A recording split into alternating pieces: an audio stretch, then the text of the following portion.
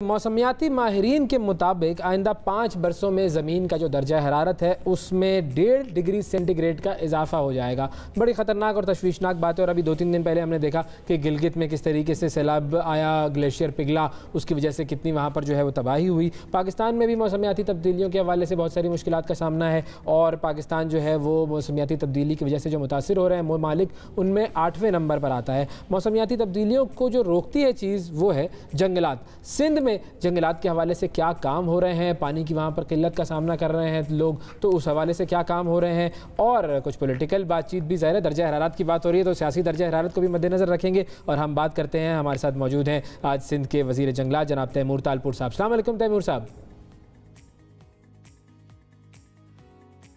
وعلیکم السلام سر، بہت شکریہ پروگرام میں وقت دینے کے لیے۔ سب سے پہلے تو اگر ہم اسی طرف آئیں کہ جنگلات کے حوالے سے کیا ایسے انیشیٹیوز ہیں جو آپ کی طرف سے لیے جا رہے ہیں؟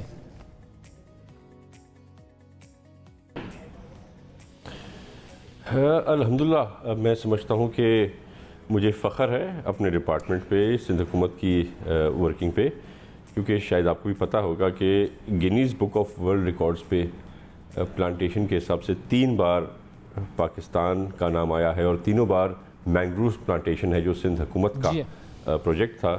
وی have one of the 4th biggest cultivation and care taking of mangroves.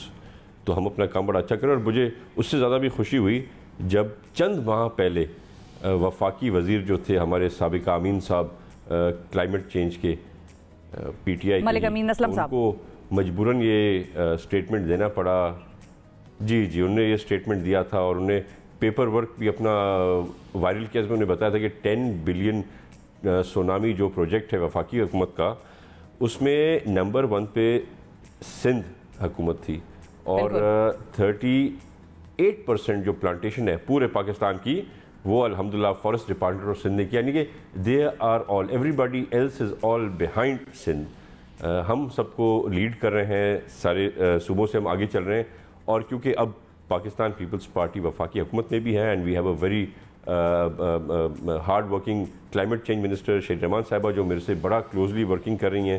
تو میں سمجھتا ہوں اب جو ہمارا اس بار ٹارگٹ تھا کہ سندھ 40% پلانٹیشن کرے گا، تو we gonna increase it from 40% to 47 to 48%، مطلب آدھا آپ سمجھیں کہ جو پلانٹیشن پورے پاکستان کی ہے وہ سندھ ہی کر رہا ہے، وہ سندھ کر رہا ہے۔ بالکل۔ اچھا یہ بھی بتائیے تیمور صاحب کہ یہ جو پلانٹیشن جو آپ نے 10 بلین کی بات کی ہے، لوگ اکثر یہ سوال پوچھتے ہیں، اور میڈیا بھی پوچھتا تھا، پی ٹی آئی گورنمنٹ سے بھی پوچھتے تھے اور ان صوبوں سے بھی پوچھتے تھے جہاں جہاں یہ پلانٹیشن ہو رہی تھی کہ بھئی وہ درخت کہاں ہیں، وہ پودے کہاں ہیں، نظر نہیں آتے۔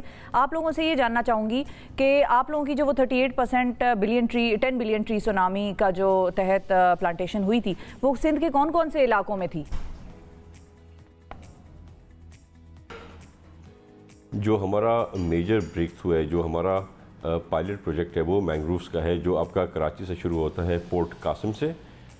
جو بھی ڈسپیوٹڈ لینڈ بیچ میں وفاق کی حکومت نے کی کہ وہ وفاق کے انڈر ہے، پر حالانکہ وہ ہماری ہی سندھ کی زمینیں تھی، وہاں سے شروع ہوتا ہے، and it goes up to the پورا جو ہمارا بیلٹ ہے، بدین سے آگے، this entire belt, this is known as, comes in the top 7 most the biggest plantations of the world, and this is on world record as well.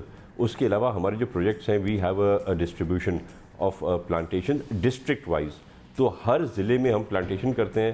اور ایک اور بھی بڑی ہماری الحمدللہ خوشی کی بات ہے اور اچھی بات ہے کہ جو پلانٹیشنز ہمارے پاس ہوتی ہیں اس کا جو ریوائول ریٹ ہوتا ہے، because you know it's very easy to plant a tree, آپ کہیں بھی درخت لگا سکتے ہیں، پر وہ درخت کو اگانا، اس کا ریوائول ریٹ جو ہے وہ آپ کو کہیں نہیں ملتا۔ تو ریوائول ریٹ بھی جو امین صاحب کے اکارڈنگ تھا، ہمارے سابقہ وفاقی وزیر کے اکارڈنگ تھا، تو highest revival rate is also Sindh, یعنی کہ ہم جو پلانٹس لگا رہے ہیں، چاہے وہ عمرکوٹ ضلع ہو، لاڑکانہ ہو، کراچی ہو، کہیں بھی ہو، وہ اس کے ہائیسٹ جو ریوائول ریزلٹس ہیں وہ سندھ میں آ رہے ہیں، یعنی کہ ہم جو لگا رہے ہیں ہم اس کو سسٹین بھی کر رہے ہیں، ان کو اگا بھی رہے ہیں، وہ خراب نہیں ہو رہے پودے۔ تو ہم نے ہر ڈسٹرکٹ میں الحمدللہ یہ کیا ہوا ہے، کسی ڈسٹرکٹ کا تھوڑا کم ہوگا، کسی کا زیادہ ہوگا result, but we are working all over the province, not specifying any place specially. صحیح. اچھا سر یہ بھی بتائیے گا کہ جب ہم بات کرتے ہیں شہروں کی اور خاص طور پر کراچی جیسے شہر کی جہاں پر گرینری ہمیں کم نظر آتی ہے تو اس کے حوالے سے کوئی خاص پلانز ہیں؟ کیونکہ ہم یہ دیکھتے ہیں کہ جیسے شارع فیصل جو ہے اس کے اوپر وہ پوری ایک جو ہے وہ پٹی تھی جس کے اوپر درخت لگائے گئے لیکن پھر بعد میں وہ ختم ہو گئے. تو کیا کراچی میں وہاں کے جو شہری ہیں ان کو ہیٹ ویو جیسے فینومینا سے بھی بچانے کے لیے درختوں کی ضرورت ہے تو اس کے لیے کوئی خاص پلانز ہیں؟ جی بالکل، کراچی پہ بہت ہمارا زیادہ فوکس ہے کیونکہ کراچی میں ہمارے چیئرمین بلاول بھٹو زرداری صاحب کا اپنا حلقہ لیاری کا تھا جس میں ہم نے لیاری میں آپ نے دیکھا ہوگا بڑا زبردست ایک پلانٹیشن کی تھی لیاری ندی کے اندر، جس میں ہمیں کنٹینیوسلی 3 منتھلی پروگریس کے حساب سے ہم پلانٹیشن بڑھا بھی رہے ہیں. پر کراچی میں ہمیں زیادہ فوکس کرنے کی ضرورت ہے. کراچی میں ایشو یہ ہوتا ہے کہ کچھ لینڈ سندھ حکومت کی ہیں، کچھ وفاق کی ہیں، کچھ پرائیویٹ زمینیں ہیں. تو میں نے ابھی پرابلی منتھ اگو ایک رپورٹ منگوائی ہے اور میں نے ڈائریکٹ کیا ہے کمشنر کراچی کو کہ وہ ہمیں ہر ڈسٹرکٹ میں لوکیشنز دے، 40 ایکڑ 50 ایکڑ 100 ایکڑ، کیونکہ پلانٹس لگانے کی تو کوئی ہمیں ایشو نہیں ہے. اور آپ کو شاید پتہ ہوگا کہ جو پورے پاکستان میں لوئسٹ پرائس پلانٹ کی ہے وہ 5 روپے 80 پیسے ہے جو سندھ حکومت کی ہے. اگر آپ پنجاب یا کے پی کے کوئی بلوچستان کو کریں گے تو 100 روپے کا ایک پلانٹ وہ بناتے ہیں. ہم اس کے جو ہے موسٹ منیمم پیمنٹ پرائس پہ ہم کرتے ہیں. تو we are now working, we have found lot of locations. Murtaza Wahab صاحب نے میرے ساتھ کچھ لوکیشنز شیئر کی ہیں اور وہاں پر بھی ہم اب کام کریں گے جہاں پہ میں ایز سندھ حکومت کی طرف سے پلس کے ایم سی سے مرتضیٰ وہاب صاحب اور کچھ پرائیویٹ دوست بھی ہمارے ہیں جو ہمارے ساتھ پلانٹیشنز کی ڈرائیو شروع کریں. میں آپ کو انوائٹ کروں گا کہ آپ آئیں and come and join us for those drive and you can come and take live reviews and of what we are doing and how we are planting. ضرور انشاءاللہ. اچھا یہ بھی بتائیے کہ ٹمبر مافیا بھی پاکستان کا ایک بڑا ایشو ہے اور یہ ہمارے کم از کم میرا تعلق کے پی سے ہے. کے پی میں تو میں نے بڑا دیکھا تھا، پھر اب تھوڑی سچویشن جو ہے وہ کافی حد تک کنٹرول میں آ گئی اور یہ مری اور یہ جو ہمارے پہاڑی علاقے ہیں ان میں بھی بڑا دیکھا. کراچی اور سندھ کے حوالے سے اگر ہم بات کریں وہاں پر ٹمبر مافیا کی کیا سچویشن ہے اور آپ لوگوں کی گورنمنٹ نے اس کو کاؤنٹر کرنے کے لیے کیا کیا؟ الحمدللہ ہمارے پاس لوئسٹ کٹنگ ہے. ٹمبر مافیا ہمارے پاس آلموسٹ نہ ہونے کے برابر ہے. میرے خیال سے لاسٹ کوئی 6-6.5 مہینے پہلے کسی نے کچھ پلانٹیشنز ہمارے درخت کاٹے تھے مٹیاری ضلع سے، جن کو نہ صرف میں نے گرفتار کرایا تھا، they were arrested and several cases were filed against them. جن نے ٹمبر کاٹا تھا وہ بھی ہم نے جو ہے ٹرکس واپس برآمد کرائی تھی اور اس کے بعد سے ابھی تک الحمدللہ کوئی ایسا نہیں ہوا. کے پی کے میں بہت بڑا ایشو ہے. کے پی کے میں ایک تو آپ کے بھی ایک سیریس بڑے ایلیگیشنز لگے ہوئے ہیں. شہری رحمان صاحبہ خاص اس چیز کو دیکھ رہی ہیں، اس پہ میرا ڈسکشن بھی ان سے ہوا تھا.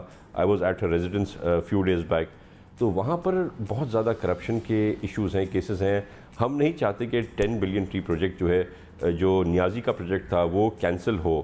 ہم اس کو کنٹینیو کرنا چاہتے ہیں، پر ہمیں اس کے ساتھ ساتھ کے پی کے میں خصوصاً اور بلوچستان میں بہت سیریس ایلیگیشنز ملی ہیں جہاں پر اماؤنٹ دکھایا گیا ہے، پیسے دکھائے گئے ہیں، پر پلانٹیشنز جہاں پہ ہونی چاہیے آن دا لوکیشن وہ پلانٹیشنز ہیں نہیں.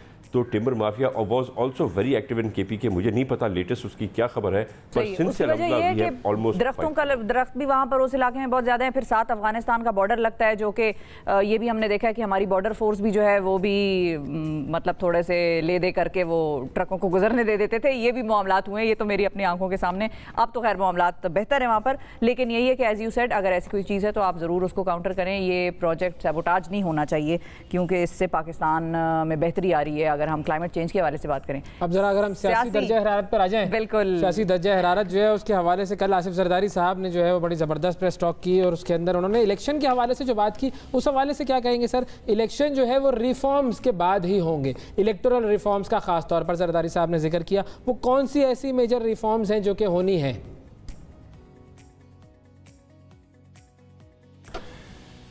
بالکل بڑا کلیئرلی ہم نے کہا ہے. ہمارا حکومت لینے کا مقصد بھی آپ کو پتہ ہونا چاہیے. حالات کوئی ہم نے فیوریبل حالات میں ہم نے جو ہے حکومت نہیں لی ہے. اگر ہم نیازی کو اس کی سیاسی موت مرنے دیتے تو 1.5 سال کے بعد وہ ختم ہو جاتا. پر آف کورس کیونکہ یہ حالات تھے، انفلیشن کہاں پہنچ گئی، corruption 117th most corrupt nation سے ہم 140th most corrupt nations cross کر گئے. ہمارے گوگی کرائم ماسٹرز جو تھے عمران نیازی کے they were all working on their goals which was only to make money. تو